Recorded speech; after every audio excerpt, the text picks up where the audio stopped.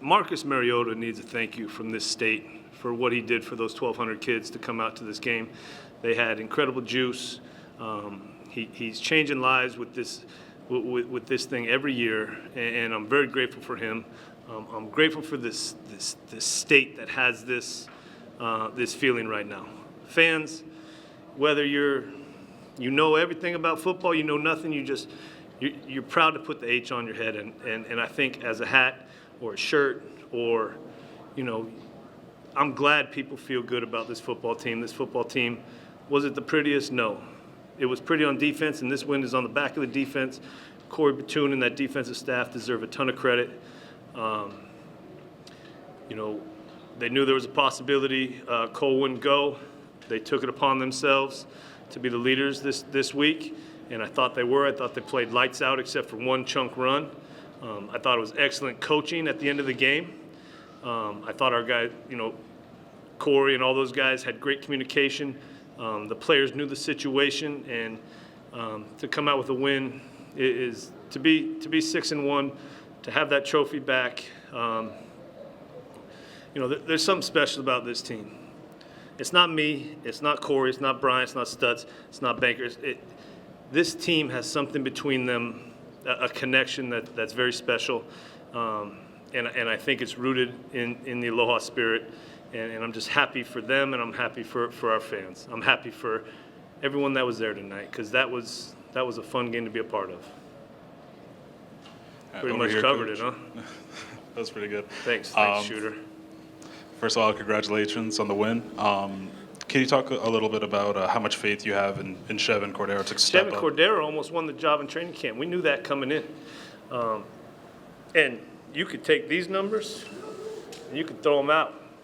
Chevan Cordero goes out, throws a pick six to a D lineman, and then comes back and throws the game-winning touchdown on an incredible play.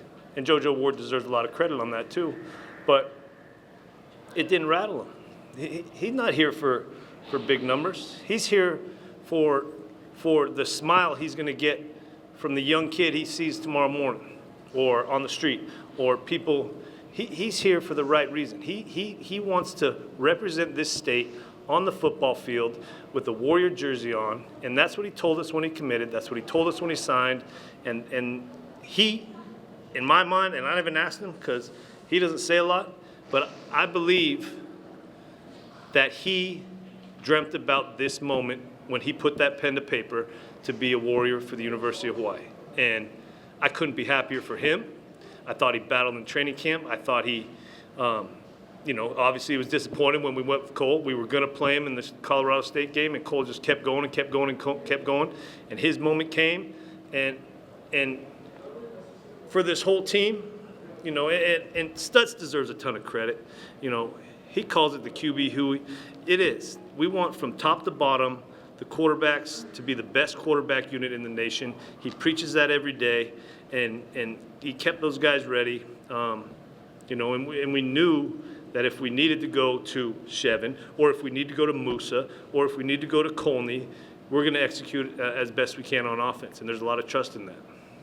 Sorry, that was a long one. No, perfect. You answered like 3 questions. But last for me, I guess, Paniolo Trophy is back in Honolulu. Can you just touch on what that feels like? Obviously, it's an exciting moment, but just as a team to finally have the trophy back.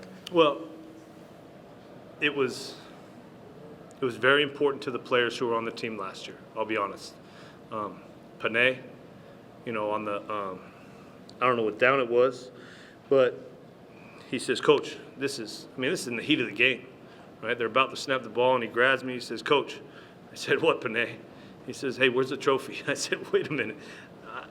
It was very important because it was very symbolic of a point last year when things went sour. And to that win, whether it's 17 points, whether it's 3 points, that win means a lot to this football team, especially the guys who were witness to what happened last year. Coach, could you talk about that final play? It looked like one of those playground broken, run around play. It was Chevan is excellent, and so is Cole at playing off script. And the athlete they are gives them that opportunity. I mean, when he was almost sacked on that, I think anyone in the stadium could smell the determination of him fighting through that tackle. You know, I'm not going to tell you how much he weighs. I don't know. But as a true freshman, an 18-year-old kid out there, that moment wasn't too big for him. He fought through that because he cares about the players on his team. And I thought he gave JoJo a great ball. And, you know, JoJo deserves a lot of credit for 5 whatever he is to go up and big boy that ball to win the game. You know, he's getting better and better. Marcus Armstrong-Brown, I thought, is getting better and better, becoming a bigger contributor daily or every game for us. You know, and people are having the hardest time, you know, and they're so worried about John Ursua, and they're so worried about Bird, you know. So, you know, we got to win however we can right now. Yes. Coach, 4th and 1 around your own 40 with about 4 minutes left. Was there any thought about kicking it away or? No. You know, the one I'm disappointed in is early in the game I should have kicked that field goal. That's on me. I just, you know, we've got Metzkel who has shown that he can win football games for us. I should have kicked the field goal and made it a 3-3 ball game. But we didn't.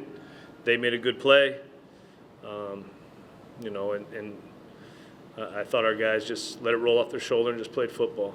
But I just, to me, we're either going to win the game right there. We punted away, you know. I guess we could have.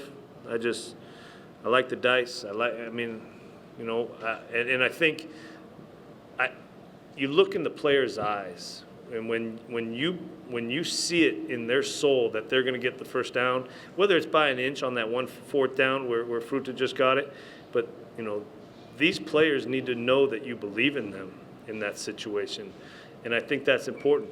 And I think back to, I believe it was the Boise State game in 2001 when Coach Jones asked me if we should go for it, and I blanked. And then we either kicked a field goal or punted or something. But those guys wanted to go for it. I trust this team immensely. And at that point, it was like, all right, let's go. Do you know when Cole will be available again, or you have a general idea? No.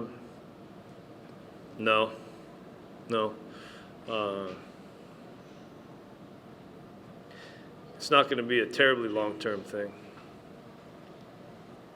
Halfway point of the season, 6 wins now under your belt. How special is that, you know, for this team? You said this is a special team, but how that special feeling to have 6 wins already at this halfway point? No, I'm pretty happy to be getting on a plane and going up to Provo. I'm pretty excited for that, and not for myself. I just think getting up there with the chance to play them in a game that's has a lot of meaning for us around here. Chance to win, you know, your 7th game. To me, I'm not sure I would have wrote it any different. You know, I know they're good. You know, they're really good. They're physical, but you know, this is BYU Hawaii at Provo for an incredibly important game for our program and theirs. This is going to be fun. 12, I think, on 3rd down for Wyoming. They were 10 for 12. You were 10 of 12. I'm getting them off the field. I think the defensive staff and the defensive players deserve, if Marcus and his foundation don't want the MVP, Corey Batoon and the defensive staff and defensive players deserve the MVP. Okay? And it's good for us to win a game on defense. I mean, I heard the crowd, and the crowd that was there had a major impact on the end of this game. They had a major impact on the false starts. They had a major impact on the communication, them offensively in that point, and that's what home field advantage is supposed to be. So very grateful for everyone that came out. And it didn't even rain one drop. Thank you.